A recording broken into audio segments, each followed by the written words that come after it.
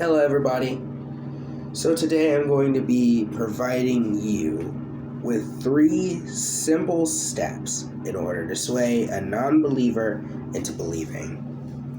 Ready? Alright, let's go. Step 1. Question. To question someone, you have to first use that questioning to understand why they do it. Ask them, just go out and ask them, why do you believe it that way? Why do you believe it this way and not this way? What makes you say that? And how is that supposed to work?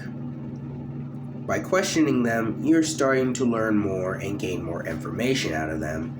And like most people love talking about why they believe it this way or talking about themselves. Trust me, I should know. I like talking about myself a lot. And if you don't like talking about yourself, then, well, you're either really, really humble or a liar. I'm just going to say that. You're either very humble or just straight up lying. I'm sorry. I'm so sorry. Number 2, understanding. After gaining the information that you have gathered from them talking to you and why they were to believe such a thing, you show a sign of interest by understanding where they're coming from. Everybody has their own battles. Everybody has experienced things, and the whole world has made it completely freaking clear that they see God in a different light, whether if it's good, whether it's bad, or whether if it's neutral. Understand where they're coming from. If you didn't experience the way they experienced, at least you have an idea and you can react accordingly. Don't act like you know what they're going through if you really don't. But it helps if you do know what they're going through. You connect better. Understanding leads to connections. Questioning leads to understanding. Last but not least, sway. You're swaying someone into believing in Christ, or at least swaying their minds into seeing God from a different point of view.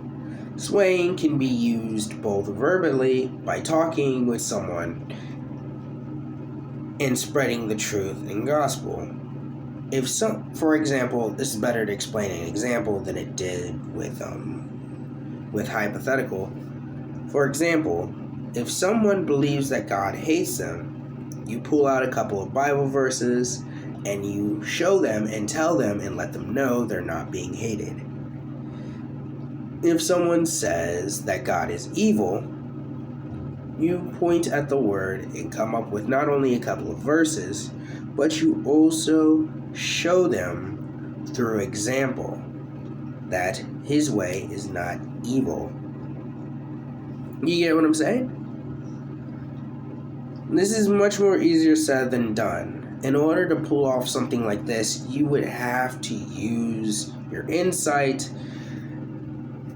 a lot, and by a lot, I mean a lot of God's teachings and your ability to access information and to sway it.